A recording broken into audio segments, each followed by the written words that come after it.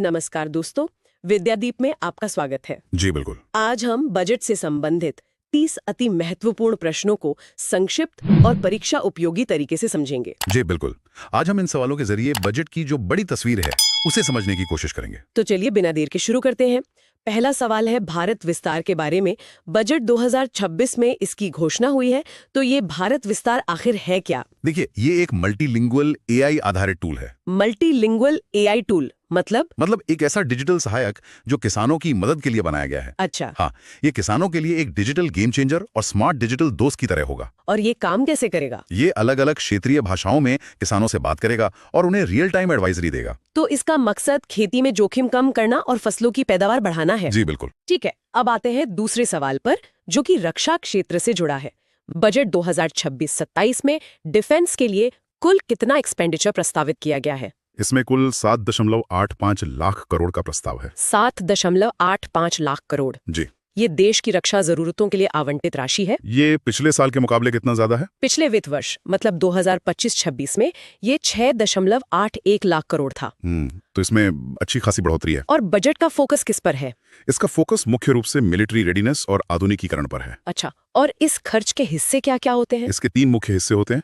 एक revenue expenditure, जिसमें salary वगैरह आती है। जी। दूसरा कैपिटल आउटले, मतलब नए हथियार या विमान खरीदने का खर्च। और तीसरा हिस्सा पेंशन का होता है। समझ गई। चलिए अगला सवाल देखते हैं। बजट 2026 में कितने नए नेशनल वाटरवेज घोषित करने का प्रस्ताव है? इसमें 20 नए नेशनल वाटरवेज का प्रस्ताव है। 20। और ये होते क्या है? ये पानी के रास्ते होते हैं जिनका उपयोग माल परिवहन के लिए किया जाएगा। अच्छा, तो इनका फायदा क्या है?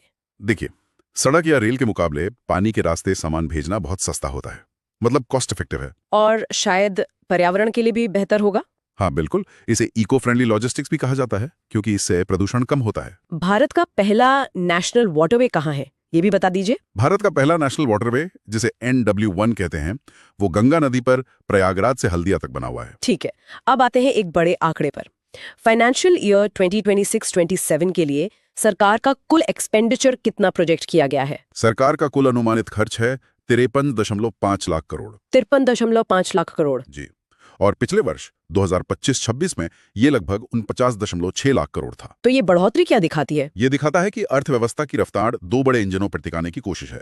पहला है कंजम्पशन यानी खपत, और दूसरा है इन्वेस्टमेंट मतलब निवेश। और जब डिमांड बढ़ेगी और निवेश होगा तभी देश की तरक्की होगी, है ना? बिल्कुल सही। अगला सवाल है, सेल्फ रिलायंस इंडिया फंड की स्थापना किस वर्ष की गई थी? इसकी स्थापना 2021 में की गई थी। और ये फंड किस लिए है? ये फंड छोटे उद्योगों को, मतलब MSME को सहारा देने के लिए है। अच्छा, तो ये किस तरह का सहारा देता है? इसका लक्ष्य MSME और छोटे उद्योगों को इक्विटी सपोर्ट उपलब्ध कराना है। और इस बजट में इसके लिए क्या खास है? बजट 2026-27 में इस फंड के लिए 2000 करोड़ का अतिरिक्त एलोकेशन किया गया है। और क्या कोई नई पहल भी है? जी, इसी बजट में एक नई पहल MSME ग्रोथ फंड की घोषणा भी की गई है, जो 10,000 करोड़ का होगा। बहुत अच्छे। चलिए अब छठे सवाल पर आते हैं। बजट 2026-27 में जो डेडिकेटेड केमिकल पार्क्स प्रस्तावित है, वो किस मॉडल पर बनाए जाएंगे? ये प्लग इन प्ले मॉडल पर बनाए जाएंगे। प्लग इन प्ले मॉडल ये क्या होता है? इस मॉडल में सरकार बेसिक इंफ्रास्ट्रक्चर जैसे जमीन, बिजली, पानी, सड़क, ये सब पहले से तैयार करके देती है। मतलब कंपनी को बस अपनी मशीन लाकर काम शुरू करना है। एकदम सही। और सरकार इसके लिए 600 करोड़ का फंड दे रही है। और इसका उद्देश्य? उद्देश्य साफ है, डोमेस्टिक केमिकल प्रोडक्शन बढ़ाना और आयात पर निर्भरता कम करना। ठीक है, अब स्वास्थ्य क्षेत्र की बात करते हैं। बजट 2026-27 में कितने all India institute of Ayurveda स्थापित करने का प्रस्ताव है? इसमें 3 नए संस्थान स्थापित करने का प्रस्ताव है। 3 नए? और ये क्या करेंगे? ये संस्थान आयुर्वेद की पढ़ाई और रिसर्च को बढ़ावा देंगे। अभी भारत में कितने ऐसे संस्थान हैं? देखिए, वर्तमान में ऑपरेशनल संस्थान केवल एक ही है, जो नई दिल्ली में स्थित है।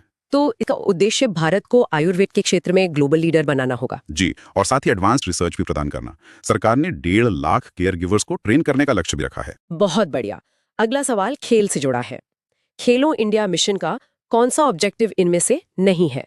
इसका सही उत्तर है स्पोर्ट फेडरेशन का निजीकरण। मतलब सरकार का मकसद फेडरेशंस को प्राइवेट हाथों में देना नहीं है? नहीं, बिल्कुल नहीं। सरकार का मकसद फेडरेशन को बेचना नहीं, बल्कि सरकारी सपोर्ट से उन्हें और प्रोफेशनल बनाना है। और ये मिशन कितने समय के लिए है? यह मिशन अगले 10 सालों के लिए प्रस्तावित है। इसमें कुछ नया भी होगा? हाँ, खेलों में मॉडर्न तकनीक और डेटा का भी इस्तेमाल किया जाएगा। चलिए अब फिर से अर्थव्यवस्था पर लौटते हैं। फाइनेंशियल ईयर 2026-27 में पब्लिक कैपिटल एक्सपेंडिचर, जिसे कैपेक्स भी कहते हैं, वो कितने तक बढ़ने का अनुमान है? इसका अनुमान 12.2 लाख करोड़ तक बढ़ने का है। 12.2 लाख करोड़। ये कैपेक्स होता क्या है, जरा आसान भाषा में समझाइए। कैपेक्स वो खर्च है जिससे देश में संपत्ति मतलब एसेट का निर्माण होता है। ये ऐसा खर्च है जो भविष्य में फायदा देता है। जैसे ये पैसा रोड, हाईवे, रेलवे, पोर्ट्स और पब्लिक हॉस्पिटल्स पर खर्च होगा। और इससे इकोनॉमी को क्या फायदा होता है? इससे रोजगार के मौके बढ़ते हैं और इकोनॉमी को सीधे तौर पर रफ्तार मिलती है। ठीक है। अब एक और महत्वपूर्ण टर्म, फिस्कल डेफिसिट। बजट 26-27 में फिस्कल डेफिसिट कितने प्रतिशत रहने का अनुमान है? ये 4.3% रहने का अनुमान लगाया गया है। और ये फिस्कल डेफिसिट क्या दर्शाता है? फिस्कल डेफिसिट मतलब राजकोषीय घाटा। ये सरकार की उधारी की जरूरत को दिखाता है।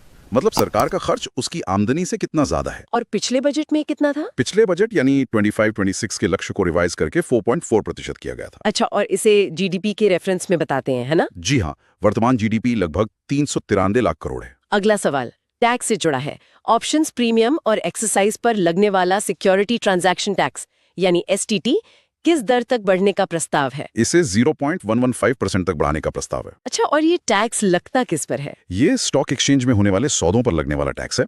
मतलब सिक्योरिटीज की खरीद बेच पर लगने वाला एक डायरेक्ट टैक्स। इसमें पहले क्या नियम था? पहले ये ऑप्शंस प्रीमियम पर 10% और एक्सरसाइज पर 0.125% अलग अलग था। तो अब इसे एक जैसा क्यों किया गया है? इसका उद्देश्य डेरिवेटिव मार्केट यानी एफएनओ की ट्रांजैक्शंस को रेगुलेट करना है। समझ गए। अब बात करते हैं डेडिकेटेड फ्रेट कॉरिडोर की। बजट 2026 में जो नया कॉरिडोर प्रस्तावित है वो किन दो स्थानों को जोड़ेगा? ये दानकुनी जो पश्चिम बंगाल में है उसे गुजरात के सूरत से जोड़ेगा। और ये कॉरिडोर सिर्फ मालगाड़ियों के लिए होगा? जी हाँ, डेडिकेटेड फ्रेट कॉरिडोर पटरियों का वो जाल होता है जहां सिर्फ मालगाड़ियां चलती हैं। तो इसका मुख्य फायदा क्या होगा? इससे ईस्ट वेस्ट कनेक्टिविटी को मजबूती मिलेगी। बंगाल का सामान तेजी से गुजरात के बाजारों तक पहुंच सकेगा। ठीक है। अगला प्रश्न है कोस्टल कार्गो प्रमोशन स्कीम के बारे में। इसके तहत हिस्सेदारी 2047 तक कितने प्रतिशत बढ़ाई जाएगी? इसे 12% तक बढ़ाने का लक्ष्य है। 12% तक? और अभी ये कितना है? वर्तमान में समुद्री रास्तों से माल ढुलाई का हिस्सा सिर्फ 6% है, तो लक्ष्य इसे डबल करने का है। इसका कारण क्या है? जैसा हमने पहले भी बात की, पानी के रास्ते सामान भेजना सड़क या रेल के मुकाबले सस्ता मतलब कॉस्ट इफेक्टिव है। और सस्टेनेबल भी है। हाँ बिल्कुल, इससे प्रदूषण कम होता है। चलिए अब टेक्नोलॉजी पर आते हैं। इंडिया सेमीकंडक्टर मिशन 2.0 का मुख्य उद्देश्य क्या है? इसका मुख्य उद्देश्य सेमीकंडक्टर सेक्टर की ग्रोथ है। आसान शब्दों में कहें तो? आसान शब्दों में इसका मकसद भारत को चिप बनाने में आत्मनिर्भर बनाना है। और इसके लिए कितना आवंटन किया गया है? इस मिशन के लिए 400 करोड़ का आवंटन किया गया है। तो लक्ष्य भारत में सेमीकंडक्टर मैन्युफैक्चरिंग इकोसिस्टम और सप्लाई चेन तैयार करना है। जी, ताकि भारत को चिप बनाने के मामले में दुनिया का हब बनाया जा सके। ये तो बहुत महत्वाकांक्षी योजना है। अब एक बहुत ही दिलचस्प पहल है कंटेंट क्रिएटर लैब्स। ये कितने सेकेंडरी स्कूलों और कॉलेजों में स्थापित किए जाएंगे? ये 15,000 स्कूलों और 500 कॉलेजों में स्थापित किए जाएंगे। वाओ! और इन लैब्स में होगा क्या? ये लैब्स युवाओं को क्रिएटिव स्किल्स सिखाएंगी। किस तरह की स्किल्स? ये मुख्य रूप से AVGC सेक्टर के लिए है, मतलब एनिमेशन, विजुअल इफेक्ट्स, गेमिंग और कॉमिक्स। तो बच्चों को यूट्यूब, गेम डिजाइन जैसी ट्रेनिंग मिलेगी? जी बिल्कुल, उद्देश्य यही है कि युवाओं में क्रिएटिव स्किल बढ़े और वो रोजगार के काबिल बने। ठीक है।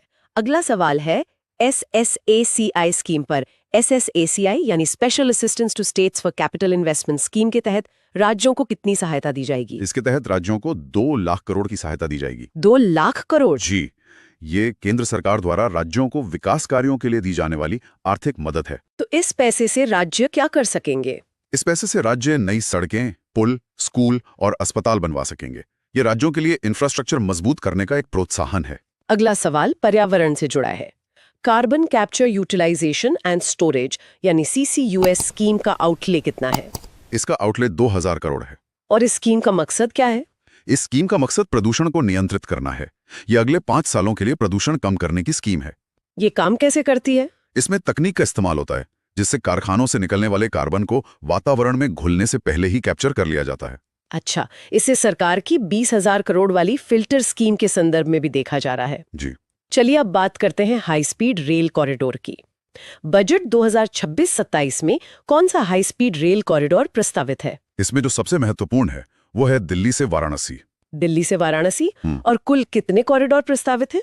सरकार ने कुल 7 नए हाई स्पीड रेल कॉरिडोर बनाने का प्रस्ताव दिया है। और मकसद तो जाहिर है शहरों के बीच दूरी कम करना और तेज सफर। जी, और साथ ही ये पर्यावरण के अनुकूल मतलब सस्टेनेबल भी है। अगला सवाल है डेट टू GDP रेशियो पर। बजट 2026-27 के अनुसार ये कितना अनुमानित है? ये 55.6% अनुमानित है। और ये अनुपात क्या बताता है? यह अनुपात बताता है कि देश की जीडीपी की तुलना में सरकार पर कुल कितना पब्लिक कर्ज है। तो क्या इसमें कोई सुधार हुआ है? हाँ, पिछले वर्ष 2025-26 में यह 56.1% था। अब इसमें कमी आई है और इस रेशियो का कम होना सरकार की अच्छी फिस्कल हेल्थ का संकेत है। ठीक है, अब 20वें सवाल पर आते हैं। महात्मा गांधी ग्राम स्वराज योजना को किस मिशन से जोड़ा गया है? से समर्थ 2.0 मिशन से जोड़ा गया है। और ये योजना किसके लिए है? ये योजना ग्रामीण कारीगरों के लिए है, मतलब खादी, हथकरघा यानी हैंडलूम और हैंडीक्राफ्ट पर आधारित है। तो इस जुड़ाव से कारीगरों को क्या नया मिलेगा? अब कारीगरों को आधुनिक डिजाइन, टेक्नोलॉजी और मार्केट कनेक्ट मिलेगा। मतलब गांव के हुनर को ऑर्गेनाइज्ड सपोर्ट देकर रोजगार और इनकम बढ़ाना। बिल्कुल। अब बात करते हैं एक बहुत ही महत्वपूर्ण मिशन, जल जीवन मिशन की। इसके लिए कितनी राशि आवंटित की गई है? इसके लिए 67,670 करोड़ रुपए आवंटित किए गए हैं। और इसका लक्ष्य तो हम सब जानते हैं। जी, लक्ष्य बहुत स्पष्ट है, ग्रामीण क्षेत्रों के हर घर में नल से जल पहुंचाना। इससे महिलाओं को बहुत राहत मिलेगी। बिल्कुल, उन्हें दूर से पानी लाने की समस्या से मुक्ति मिलेगी और स्वच्छ पानी से बीमारियां भी कम होंगी। ठीक है, अब एक बहुत बड़े बदलाव की बात करते हैं। विकसित भारत गारंटी फॉर रोजगार एंड आजीविका मिशन यानी वीबीजी रामजी का एलोकेशन कितना है? इसका एलोकेशन 95,692 करोड़ है। और इसने मनरेगा की जगह लिए है ना? जी हाँ, ये एक बहुत बड़ा बदलाव है। इस मिशन ने अब मनरेगा की जगह ले ली है। तो इसमें गारंटी वाले काम के दिनों में कोई बदलाव हुआ है? हाँ, इसमें अब 100 दिन की जगह 125 दिनों के अनस्किल्ड मैनुअल वर्क की गारंटी दी जाएगी। और इसे किसने प्रस्तुत किया था? इसे केंद्रीय ग्रामीण विकास मंत्री श्री शिवराज सिंह चौहान जी ने प्रस्तुत किया था। चलिए अगला सवाल देखते हैं। बायोफार्मा शक्ति क्या है? ये एक बायोफार्मा मैन्युफैक्चरिंग इनिशिएटिव है। इसका पूरा नाम काफी लंबा है। जी हाँ, इसका पूरा नाम है biopharma strategy for health advancement through knowledge, technology and innovation. और इसका बजट? इसका बजट अगले 5 वर्षों में 10,000 करोड़ है। और फोकस किस पर है? इसका फोकस बायोलॉजिक्स और बायोसिमिलर्स जैसी एडवांस दवाओं पर है। ठीक है, अगला टर्म है CMTS। ये CMTS क्या है? ये ग्रामीण महिलाओं के लिए एक मार्केट प्लेस है। मार्केट प्लेस मतलब अपना सामान बेचने के लिए एक प्लेटफॉर्म। जी हाँ, बिल्कुल। इसका फुल फॉर्म है सेल्फ हेल्प एंटरप्रेन्योर MTS। और ये किस प्रोग्राम पर आधारित है? ये लखपति दीदी प्रोग्राम की सफलता पर आधारित है। इसके जरिए ग्रामीण महिलाओं के प्रोडक्ट्स को बड़े लेवल पर बेचने के लिए एक बड़ा बाजार मिलेगा। बहुत अच्छी पहल है ये। अगला सवाल है PM सेतु स्कीम के बारे में। इसका कौन सा उद्देश्य इनमें से नहीं है? इसका सही उत्तर है कृषि सब्सिडी वितरण। मतलब इसका सब्सिडी से कोई लेना देना नहीं है? जी नहीं, इसका संबंध ट्रेनिंग और रोजगार से है। इसका आवंटन 6,141 करोड़ है।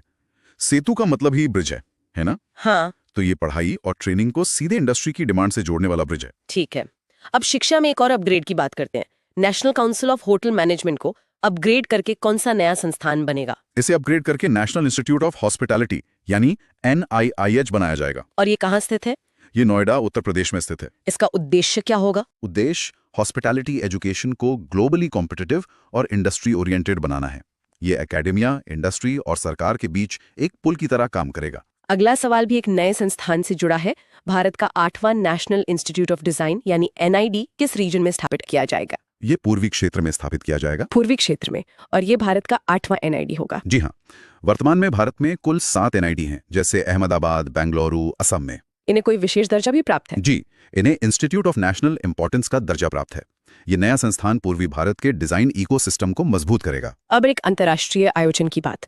ग्लोबल बिग कैट समिट 2026 के शहर में आयोजित किया जाएगा। ये नई दिल्ली में आयोजित किया जाएगा। और ये समिट किस बारे में है? जैसा कि नाम से ही जाहिर है, ये समिट बड़ी बिल्लियों जैसे टाइगर, लायन, लेपर्ड, चीता इनके संरक्षण के लिए है। अच्छा, तो इसका उद्देश्य दुनिया का सहयोग बढ़ाना है। जी, ये इंटरनेशनल बिग कैट अलायंस से जुड़ा है और इसका पहला समिट भारत में नई दिल्ली में होगा। ठीक है, अब हम अपने आखिरी कुछ सवालों पर है। जी। द इनकम टैक्स एक्ट 2025 किस तारीख से प्रभाव में आएगा? ये 1 अप्रैल 2026 से प्रभाव में आएगा। और ये किस कानून की जगह लेगा? ये एक बहुत बड़ा बदलाव है। ये पुराने इनकम टैक्स एक्ट 1961 की जगह लेगा। अच्छा, इसे संसद ने पिछले साल ही पास कर दिया था। जी, इसे अगस्त 2025 में संसद द्वारा पास किया गया था और क्योंकि वित्त वर्ष 1 अप्रैल से शुरू होता है, इसलिए ये तब लागू होगा। और अब हमारा आखिरी सवाल, जो एक दिलचस्प तथ्य भी है। रविवार को बजट प्रस्तुत करने वाले पहले फाइनेंस मिनिस्टर कौन थे? वो थे यशवंत सिन्हा। यशवंत सिन्हा। उन्होंने ऐसा कब किया था? उन्होंने 28 फरवरी 1999 को, जो कि एक रविवार था, उस दिन बजट पेश किया था। और इस बार भी ऐसा हुआ है? जी हाँ, निर्मला सीतारमण जी ने 2026 में दूसरी बार ऐसा किया, मतलब संडे को बजट पेश किया। सामान्यतः बजट वर्किंग डे पर ही पेश किया जाता है। तो ये थे बजट से जुड़े हमारे 30 महत्वपूर्ण प्रश्न। हमने लगभग सभी अहम पहलुओं पर बात की। जी, कोशिश यही थी कि कम समय में ज़्यादा से ज़्यादा जानकारी दी जा सके। तो अब एक सवाल हमारे श्रोताओं के लिए आज की ही चर्चा से है। सवाल है, ग्लोबल बिग कैट समिट 2026 किस शहर में आयोजित किया जाएगा? अपना जवाब नीचे कमेंट सेक्शन में जरूर लिखें। वीडियो देखने के लिए बहुत बहुत धन्यवाद। यदि आपको ये वीडियो उपयोगी लगा हो तो वीडियो को लाइक करें, कमेंट करें और अधिक से अधिक शेयर करें।